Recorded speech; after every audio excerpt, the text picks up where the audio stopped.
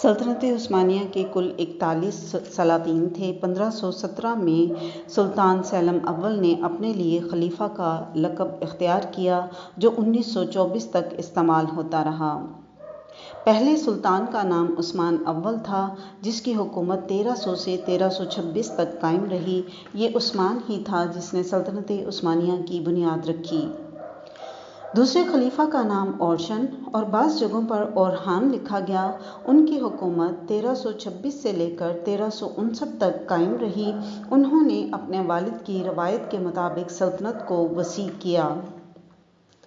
تیسرے سلطان کا نام مراد اول تھا جس نے 1359 سے 1399 تک حکومت کی۔ اورحان کے بیٹے مراد اول نے بھی سلطنت کو وسیع کیا۔ سربیا اور بلغاریہ کو اپنی سلطنت میں شامل کر لیا۔ 1399 میں مراد اول کو قتل کر دیا گیا۔ چوتھے سلطان بایزید اول جو تھنڈر بولٹ کے نام سے جانے جاتے ہیں، ان کی حکومت 1399 سے 1402 تک قائم رہی۔ بایزید نے بلقان کا بہت بڑا علاقہ فتح کیا، ہنگری پر حملہ کیا لیکن شکست کے بعد اس کو قید کر دیا گیا۔ پانچویں سلطان کا زمانہ 1403 سے 1413 ہے۔ یہ وہ دور تھا جب سول وار کا آغاز ہو چکا تھا۔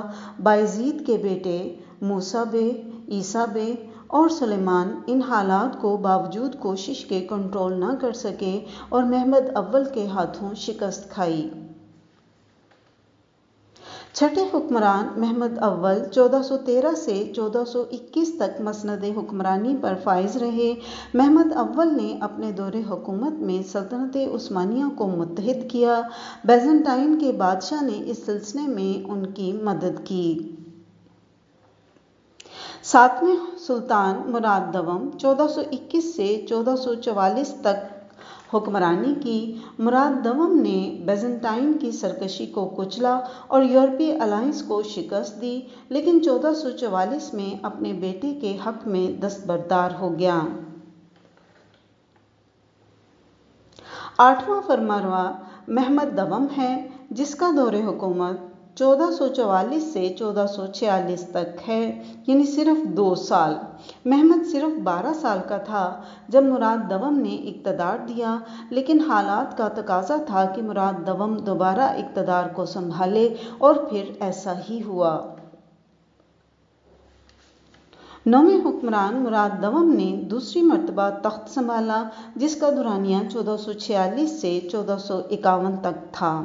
اس وقت یورپین الائنس نے اپنے معاہدے توڑ دیے اور مراد کی فوج نے انہیں شکست دی اور اناطولیہ میں کوئی گڑبڑ نہ ہونے دی۔ 10ویں حکمران کا نام محمد دوم ہے جس کا دور حکمرانی 1451 سے 1481 ہے۔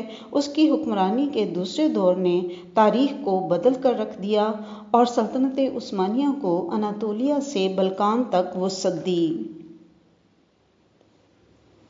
سلطنت عثمانیہ کے 11ویں حکمران بایزید دوم جن کی حکمرانی کا دور 1481 سے 1512 تک محیط ہے، یہ محمد دوم کے بیٹے تھے۔ انہوں نے تخت کے لیے اپنے بھائی سے جنگ کی اور اقتدار حاصل کیا۔ 12ویں حکمران کا نام سیلم اول ہے جو 1512 سے 1520 تک حکمران رہا۔ اس نے اپنے والد سے جنگ کے بعد تخت حاصل کیا۔ اس نے سلطنت کو سیریا، حجاز، فلسطین، مصر اور کیرو تک پھیلا دیا۔ 1517 میں خلیفہ کا لقب اختیار کیا اور مسلم امہ کے لیڈر کے طور پر پہچان بنائی۔ 13واں حکمران سلیمان دوم جس نے 1521 سے 1566 تک اقتدار کو سنبھالا، سلطنت عثمانیہ کا عظیم لیڈر۔ انہوں نے نہ صرف سلطنت کو وسعت دی بلکہ ثقافت کو بھی پروان چڑھایا۔ 14ویں حکمران سیلم دوم 1566 سے 1574 تک کا دور حکمرانی۔ بھائی سے جنگ رہی، بادشاہت میں دلچسپی نہ تھی۔ ان کا دور سلطنت عثمانیہ کے زوال کا دور کہا جا سکتا ہے۔ 15واں حکمران مراد سوئم حکومت کا دورانیہ 1574 سے 1595 تک۔ ان کے دور حکومت میں معاشی مسائل کا آغاز ہو چکا تھا، اندرونی سیاسی خلفشار کا شکار رہے۔ 16ویں حکمران محمد سوئم جو 1595 سے 1603 تک حکمران رہے، آسٹریا کے خلاف جنگ جاری تھی۔ بغاوتوں کی وجہ سے سلطنت عثمانیہ زوال کا شکار رہی اور ایران کے ساتھ ایک نئی جنگ کا آغاز ہو گیا۔ 17ویں حکمران احمد اول 1603 سے 1617 تک کا دور حکمرانی آسٹریا سے جنگ جاری تھی، لیکن اصل زوال اس وقت شروع ہوا جب یورپین تاجروں نے اپنے قدم جما لیے۔ 18ویں حکمران مصطفیٰ اول کا دور حکومت 1617 سے 1618 صرف ایک سال حکومت کی۔ احمد کمزور حکمران ثابت ہوا، لیکن 1622 میں دوبارہ تخت سنبھالا۔ 19ویں حکمران عثمان دوم جن کی حکمرانی کا دور 1618 سے 1622 تک رہا، انہوں نے پولینڈ اور بلکان کی بغاوتوں کو کچلا، لیکن ان کو قتل کر دیا گیا۔ 20ویں حکمران مصطفیٰ اول یہ ان کا دوسرا دور تھا جو 1622 سے 1623 تک تھا، ایک سال حکمرانی اور اپنی والدہ کی نظر کرم کی وجہ سے۔ 21ویں حکمران کا نام مراد جہارم ہے، 1623 سے 1640 تک حکمرانی کی، صرف 11 سال کی عمر میں حکمران بنے۔ انہوں نے ایران سے بغداد کو دوبارہ حاصل کیا۔ 22ویں حکمران ابراہیم 1640 سے 1648 تک حکمرانی کی، ایران اور آسٹریا سے تعلقات کو بہتر کیا اور آخرکار قتل کر دیے گئے۔ 23ویں حکمران محمد جہارم 1648 سے 1687 تک کا دور حکومت، صرف 6 سال کی عمر میں حکمرانی ملی، شکار کے شوقین تھے، سلطنت کو نہ سنبھال سکے۔ 24ویں حکمران سلیمان دوم 1687 سے 1691 تک حکمرانی کی، سلطان بننے سے پہلے 46 سال قید کاٹی۔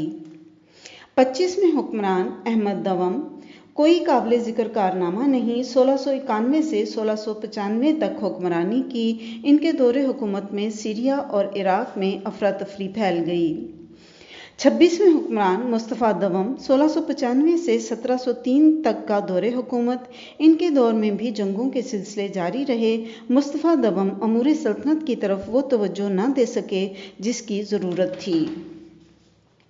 27ویں حکمران احمد سوئم 1703 سے 1730 تک حکمران رہے، آسٹریا کے خلاف جدوجہد جاری رہی، لیکن قابل قدر کامیابی نہ ملی، یہاں تک کہ احمد سوئم رشیا کے ساتھ ایران کی تقسیم کے معاہدے پر راضی ہو گیا، لیکن ایران نے عثمانیوں کی بات ماننے سے انکار کر دیا۔ 28ویں حکمران محمد اول 1730 سے 1754 تک حکومت کی، ان کے دور میں آسٹریا اور رشیا سے جھڑپیں جاری رہیں، محمد اول نے ہی بلغاریہ ٹریٹی پر دستخط کیے۔ 29ویں حکمران عثمان سوئم 1754 سے 1757 تک حکومت کی، خود کو اچھا حکمران ثابت کرنے میں ناکام رہے۔ 30ویں حکمران مصطفیٰ سوئم 1757 سے 1774 تک کے دور حکومت میں مصطفیٰ سوئم کو یہ بات اچھی طرح معلوم تھی کہ سلطنت عثمانیہ زوال پذیر ہے، لیکن وہ اس کی بہتری کی کوشش کرتا رہا۔ اس نے فوج میں بہت سی اصلاحات کیں، وہ جنگ کی تباہ کاریوں سے آگاہ تھا، اس لیے مفاہمت کا رویہ اختیار کیے رہا۔ 31ویں حکمران عبدالحامد اول 1774 سے 1799 تک حکومت میں رہے، جنگ وراثت میں ملی، رشیا کے ساتھ ایک امن معاہدہ کیا جو نتیجہ خیز ثابت نہ ہوا۔ عبدالحامد اول نے اقتدار کے لیے اصلاحات کے ساتھ ساتھ جدوجہد کو جاری رکھا۔ 32ویں حکمران سیلم سوئم 1799 سے 1807 کے دور حکمرانی میں جنگ وراثت میں ملی، وہ آسٹریا اور رشیا کے ساتھ ان کی مرضی کے مطابق معاہدے پر تیار ہو گیا۔ اس نے اصلاحات کا ایک وسیع لاہ عمل تیار کیا۔ سیلم سوئم عثمانیوں کو ویسٹرنائز کرنا چاہتا تھا، لیکن عوام کا رد عمل دیکھ کر اس نے یہ ارادہ ترک کر دیا، بعد میں اسے قتل کر دیا گیا۔ 33ویں حکمران مصطفیٰ جہارم 1807 سے 1808 تک اپنے اقتدار کو طول نہ دے سکے اور اپنے ہی بھائی کے حکم پر انہیں قتل کر دیا گیا اور ان کی جگہ محمد دوم نے لے لی۔ 34ویں حکمران محمد دوم کو اپنے 1808 سے 1839 کے دور حکمرانی میں مصیبتوں اور رکاوٹوں کا سامنا رہا۔ عثمانیوں کی بلکان پر گرفت کمزور ہونے لگی اور رشیا کا اثر و رسوخ بڑھنے لگا۔ 35ویں حکمران عبد المسیح اول کے دور حکمرانی میں انہوں نے اپنے والد کی اصلاحات کو جاری رکھا۔ دور حکومت میں بہت سی تنظیمیں وجود میں آئیں۔ 36ویں حکمران عبد العزیز اپنے بھائی کی اصلاحات کو جاری رکھا۔ وہ مغربی یورپین اقوام کو سراہتا تھا۔ 1871 میں اس نے اپنی پالیسی کو تبدیل کیا۔ 37ویں حکمران مراد پنجم 1876 انتہائی مختصر دور اقتدار اور یورپین طرز زندگی کے شیدائی تھے۔ اقتدار میں آتے ہی نروس بریک ڈاؤن کی وجہ سے اقتدار سے ہاتھ دھونا پڑے۔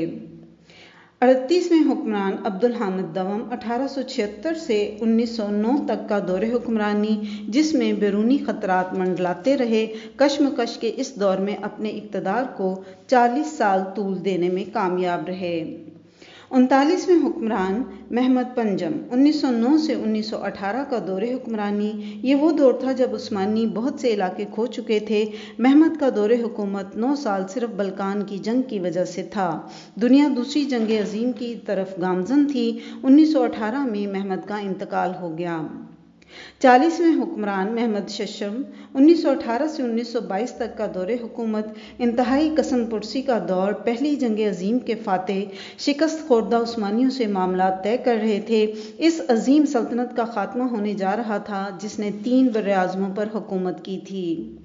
41ویں حکمران عبد المسیح دوم کا دور سلطنت عثمانیہ کا شیرازہ بکھر چکا تھا۔ عبد المسیح دوم کو گورنمنٹ کی طرف سے خلیفہ مقرر کیا گیا۔ اس کے پاس کوئی سیاسی طاقت نہیں تھی۔ اسی اثناء میں مصطفیٰ کمال نے خلافت ختم کرنے کا اعلان کیا اور سلطنت عثمانیہ کا شیرازہ بکھر گیا۔ عبد المسیح آخری حکمران کے طور پر جانا گیا۔ اس آسمان نے عثمانیوں کے سورج کو طلوع ہوتے بھی دیکھا اور غروب ہوتے بھی دیکھ لیا، لیکن کہتے ہیں ہر عروج کو زوال اور ہر زوال کو عروج ہے۔ تو آگے دیکھنا یہ ہے کہ 100 سال گزرنے کے بعد ڈوبا ہوا سورج کیسے ابھرتا ہے۔ اگر آپ کو میری یہ کاوش پسند آئے تو لائک کریں، سبسکرائب